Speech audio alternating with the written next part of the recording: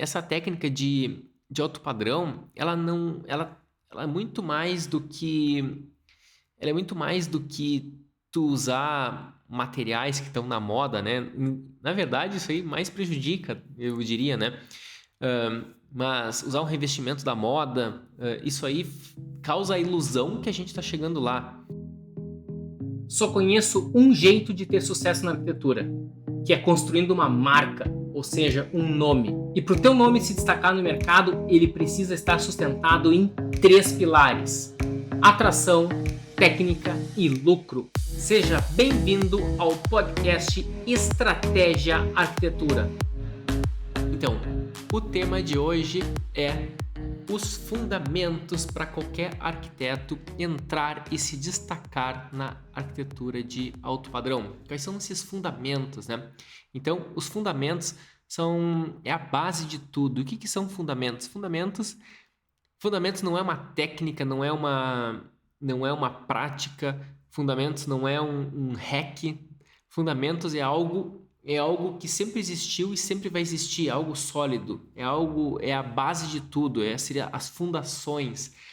Não tem como um arquiteto conseguir entrar e ficar no alto padrão se ele não tiver preso aos seus fundamentos, se não tiver preso a esses fundamentos que eu vou estar falando hoje, nesse episódio de hoje. E fundamentos, ele é algo universal. Ele funciona tanto no Brasil, quanto funciona nos Estados Unidos, na Inglaterra, no Japão, na África, em qualquer lugar.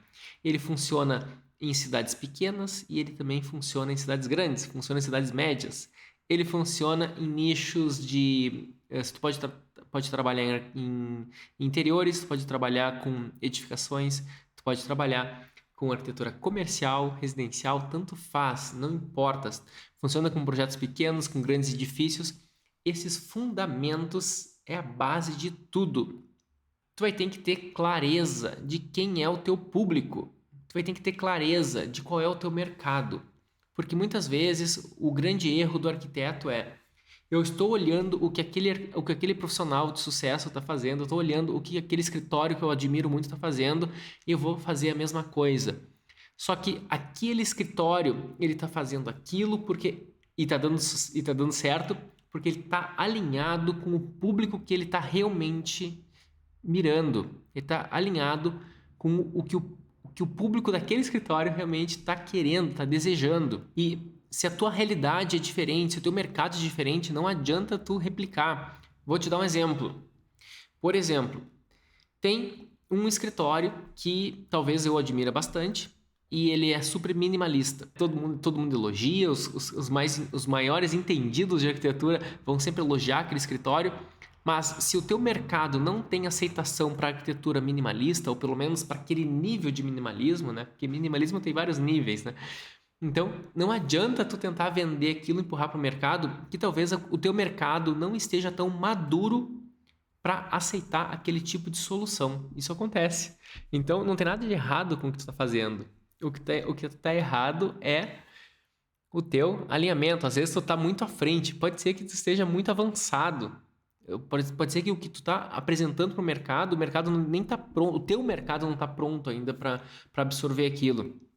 E daí o que eu faço? Leonardo, o que eu faço?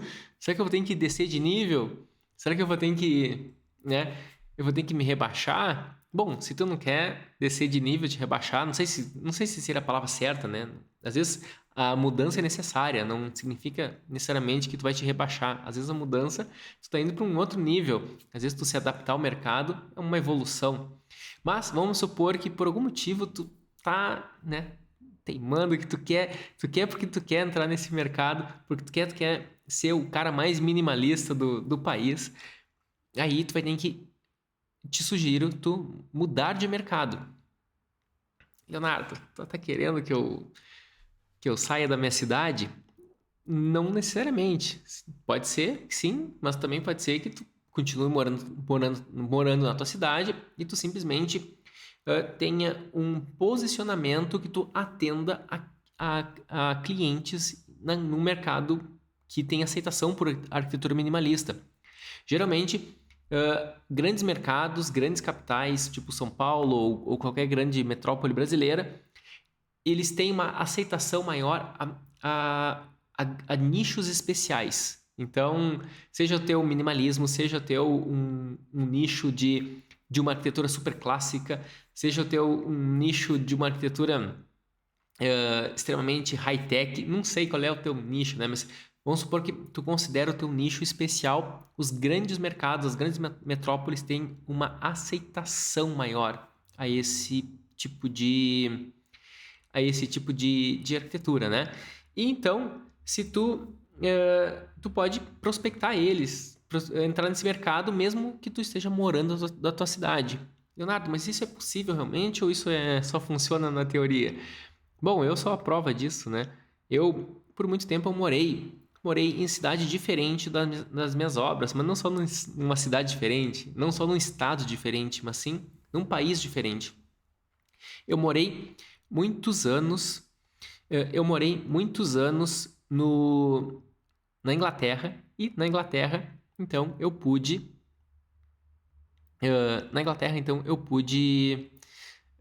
né, experimentar isso e viver, digamos, morar num outro país e fazer os projetos, né, e vender e executar projetos no Brasil. A gente precisa realmente estar se adaptando, a gente precisa estar se adequando ao nosso mercado, a gente precisa ter clareza de quem é o nosso público-alvo, qual é a idade dessa galera, o que os valores dessa galera, do teu público se estão buscando alguma arquitetura que tem mais status, estão procurando uma arquitetura que seja mais instagramável, né? Uma expressão nova, se estão procurando uma arquitetura que é mais voltada à família, que é mais voltada a amigos, se é uma arquitetura mais para mostrar-se, digamos assim, né?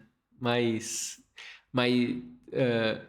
exibicionista, ou uma arquitetura mais incrível, mais fantástica, ou quer uma arquitetura mais discreta.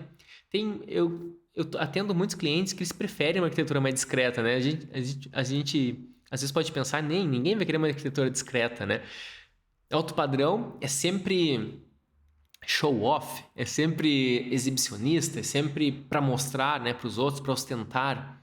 E não, nem sempre. Às vezes a arquitetura de alto padrão ela é extremamente fechada, é algo é simplesmente só para aquela família e para aquelas pessoas íntimas da família poderem apreciar e usar, e não só apreciar, né? A arquitetura a gente não mais do que aprecia, a gente usa realmente.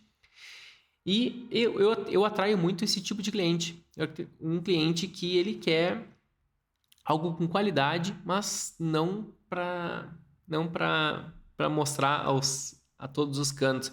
Mas também está tudo certo com quem trabalha com um nicho que é uma arquitetura mais, né, que é para ostentar realmente, né? Não tem nada de errado com isso. Então, quem é o teu cliente, quem é o teu mercado, o que ele valoriza, tu tem que estar bem atento a isso, tem que ter clareza do teu público. Um outro fundamento importantíssimo, que é um princípio importantíssimo para tu entrar e se destacar na arquitetura de alto padrão, tu tem que dominar a técnica de projetos. Tem que dominar a técnica, porque tu definiu e conseguiu identificar o que aquele público gosta. Vamos supor, né? Vou voltar o exemplo. Vamos supor que tu quer entrar num segmento que vai para uma arquitetura mais minimalista. Agora, tu domina a técnica de arquitetura minimalista? Já pensou nisso? Tu já refletiu? É uma técnica que é pouquíssimo usada aqui no Brasil. Tu não tem muitas referências. São raros os escritórios que têm um posicionamento numa arquitetura minimalista aqui. E se alguém quiser entrar nessa técnica, se alguém quiser vender isso, será que domina? Ou então, vamos supor que tu não queira ela, né? Vamos supor que tu quer entrar numa arquitetura que está mais em alta agora, que é uma arquitetura, digamos, contemporânea. Esse contemporâneo brasileiro, ele é mais ou menos minimalista, mas ele traz muitos elementos naturais, traz muita madeira, pedra, vidro, concreto aparente, mas ao mesmo tempo traz muita limpeza. E o meu estilo acaba indo nessa linha, né? É isso que eu chamo de contemporâneo brasileiro, tem gente que chama de um novo modernismo, tem várias palavras, independente do conceito. O meu papel aqui não é botar nome às coisas, mas sim explicar como é que funciona na prática. Vamos supor que tu quer entrar nesse estilo contemporâneo brasileiro, que ele é um minimalismo mais quente. Então, ele preza muito por uma limpeza formal. Ele tem muito do minimalismo, não ao seu extremo, não chega aos materiais, esse minimalismo. Ele preza por limpeza. E essa limpeza, tu sabe como é que faz isso na prática? Tu sabe como é que faz uma fachada lisinha, limpinha, sem saliências? Olha aqui atrás, ó. Se vocês estão vendo, cadê o meu dedo? Aqui. Aqui, na minha sala tem uma caixa que esconde uma viga, mas isso aqui é feito de...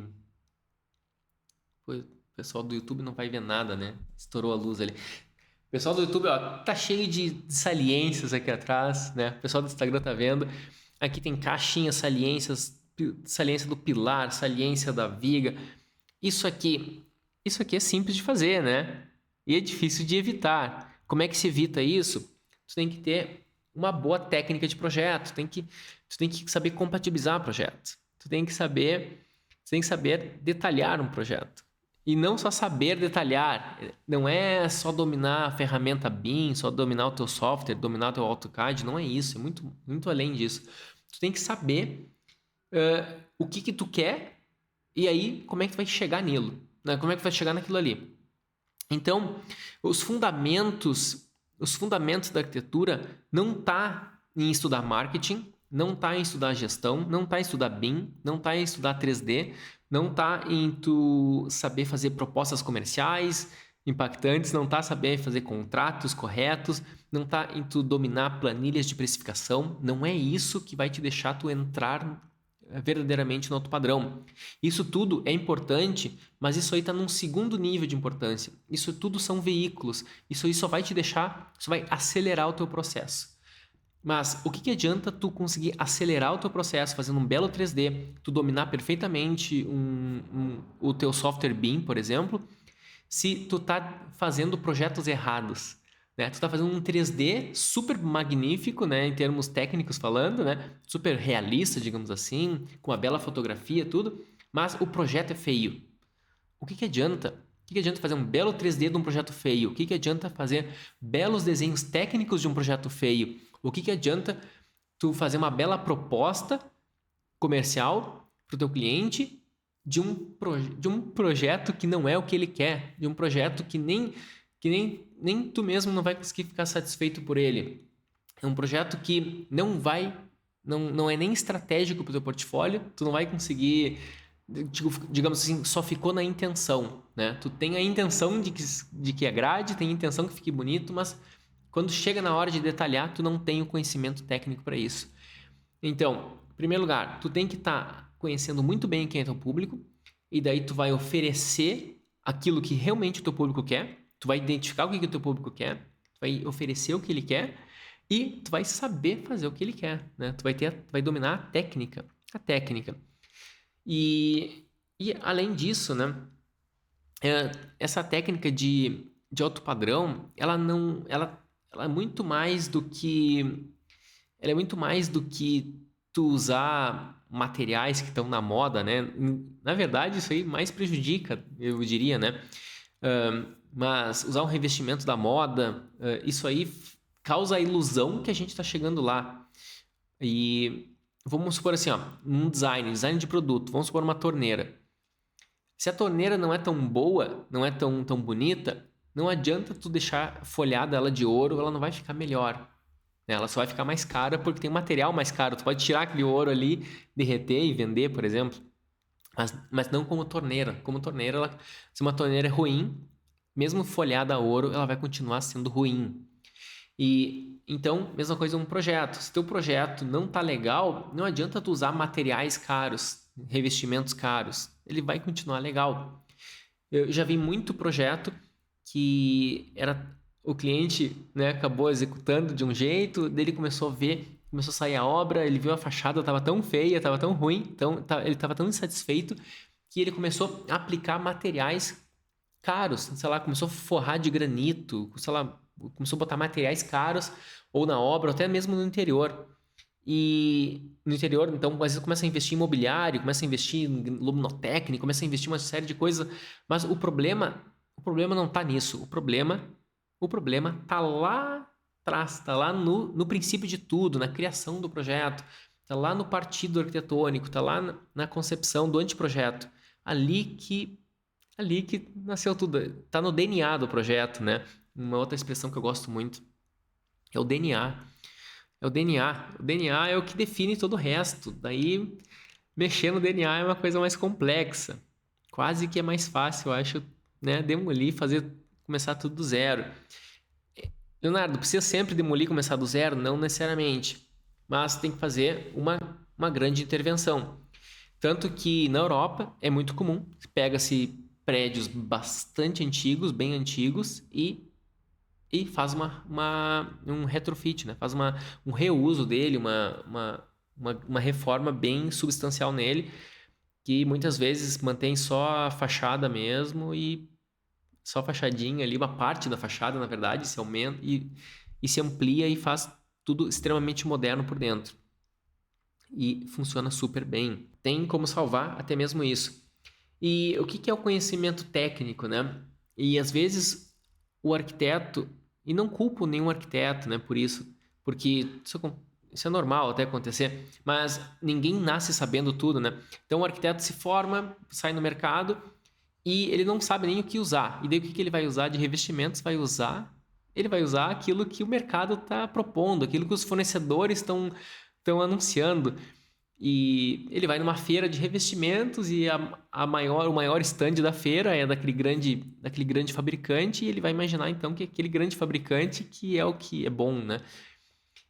E daí, quando eu publico no meu Instagram, né, que existe esquadria melhor que PVC, o pessoal fica espantado. Como assim, Leonardo? Existe esquadria melhor do que PVC? Não pode! Isso não pode existir. Será que existe mesmo? Existe, mas eu falo do alumínio. Tá, mas alumínio não é ruim? Sim, tem o alumínio ruim e tem o alumínio bom.